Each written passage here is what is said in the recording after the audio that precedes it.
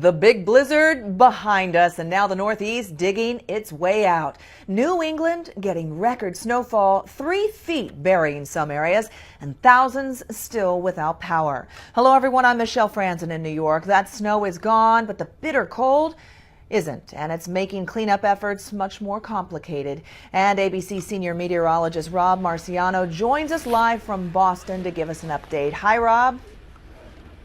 Hi, Michelle. You're right. The snow has stopped. Actually, the sun is starting to peek through, but we've been on the street in South Boston all morning long and trying to do our best to help a little bit. And people who are trying to get to work, a lot of them just gave up. I mean, you see, and some people are just walking. How you doing this morning? Hi. Yeah, you enjoying the snow? I am remembering the blizzard of '78 when I was 8 years old. We had this back to back, and we were sledding off the big American cars. It was fun then. It was lots of fun. You only remember the good parts, though, right? Oh yeah, because I was 8 years old, and now my pretense is I'm going to the library because I have 2 books that are going to be overdue, and I know the library's not open, but I wanted to check this out. Yeah. Well, welcome. Thank you. What's your name? America. My name's Karen. Karen. I'm Rob from ABC, and you're on our digital report right now. Okay, you take care. Have a Thanks, great Karen. day. How about that? A little history for you, Michelle. Back in 1970, I grew up in Connecticut in '78. That's You pretty much remember the that? benchmark blizzard that everyone goes up against. Anyway, the people here in Boston, they're characters, you know. They embrace it. They're tough, but this one really was bad. And here in South Boston, they got 31 inches of snow. So this street, you can see they got a plow down here, but these cars are just completely buried, and it's back-breaking work trying to just get one car out, let alone the whole street full. Well, let's talk a little bit about that. I mean, obviously, you've got the snow to deal with. You have the bitter temperatures that are making that snow a lot harder to dig out. But also, it was about those hurricane-force winds. Give us an idea of what sort of damage that caused in that area. Well, you know, on the coast and down in Nantucket, they had winds, hurricane force, up to near 80 miles an hour. And that knocked out power, mostly for coastal residents. But, you know, it's temperatures in the teens right now. Temps tonight going to get below 0, and the wind chills even further below that. So this is really life-threatening cold, and some of those people that don't have power, they don't have heat. So that's certainly a concern, and the utility crews really can't go out till at least today to try to fix some of those issues. So the winds have done some damage, and those winds also created a storm surge on the coast too.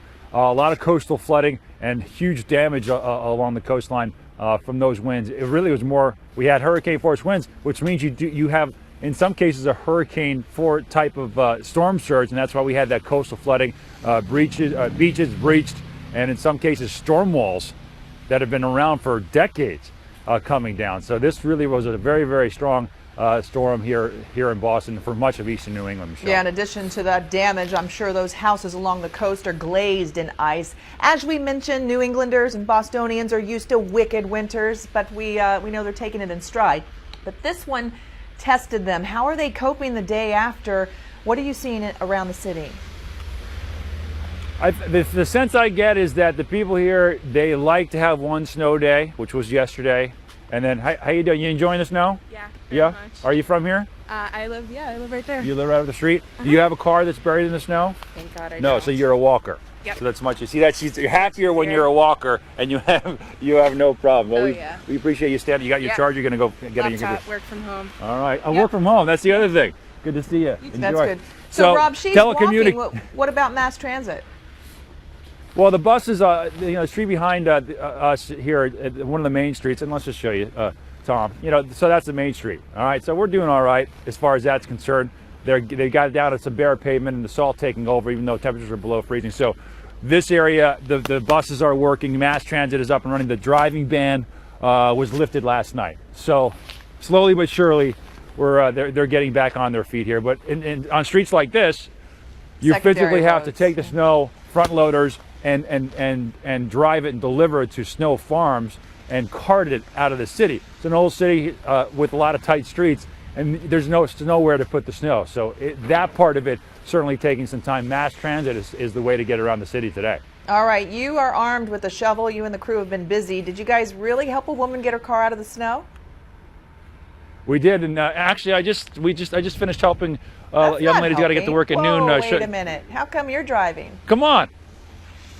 No, we just finished. We just high-fived and she pieced out. She's coming back at noon.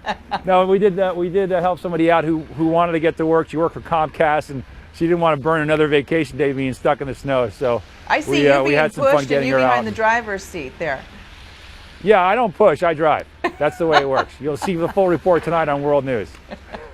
Fantastic. So what is the forecast? You mentioned those bitter temperatures, but any more snow coming their way? Yeah, there's a couple of more systems coming. One's going to come this weekend, Thursday, Friday. At this point, it's not going to be like this, but it could get a few inches. So it's not what they need, but we're kind of in this very active weather pattern here after a quiet winter, really. This storm is setting the stage for a cold 10 days and a couple of more systems coming down the pipe, not only for Boston, but for much of the Northeast, even the East Coast as we go through next week. So we'll be watching that carefully. You talk about the shoveling. Here's a stat for you. Nearly 12,000 people every year go to the emergency room just from shoveling snow. So it's, one of these things, you get out there, you want to get it done. But I've been huffing and puffing all morning. And certainly anybody that's a little bit older might have some heart or lung issues. It can take a toll. So use your legs and pace yourself, because this snow, even though it looks light, it's pretty heavy. And pace yourself. We look forward to that street being all clear by the time we see you tonight. ABC senior meteorologist all right, Michelle. Rob Good to talk to you. in Boston. Thanks so much. And now for the latest on the East Coast airports trying to get back on track in the skies. ABC's David Curley at Reagan National Airport in Washington. David. Greetings from a very cold Reagan National Airport here in Washington, D.C. There are 600 cancellations across the country today, and the airlines worked very hard overnight to try and make sure that number doesn't increase dramatically through this day. They started moving planes overnight into the New York area. By this morning in LaGuardia, 27 planes were already there. We saw some of our first takeoffs already this morning. That is the good news. They're starting to get back to operations. The reason the snowfall in New York was actually less than expected, so the airlines were able to accelerate their recovery plans after those 8,000 cancellations over the last few days. And this has been costly. One aviation tracking firm says that about 400,000 passengers across the country, we're talking from Los Angeles, Chicago, Dallas, everywhere, were impacted by these cancellations. And it was costly. $235 million to those passengers and to the economy as well. The good news, getting back up onto schedule, and some of the major airlines are hoping by tonight they'll be close to the normal schedule in the New York area. I'm David Curley in Washington. Thanks, David. And you can keep up with this story in real time by downloading the ABC News app and starring this story for those exclusive updates on the go. Meanwhile, I'm Michelle Franzen in New York.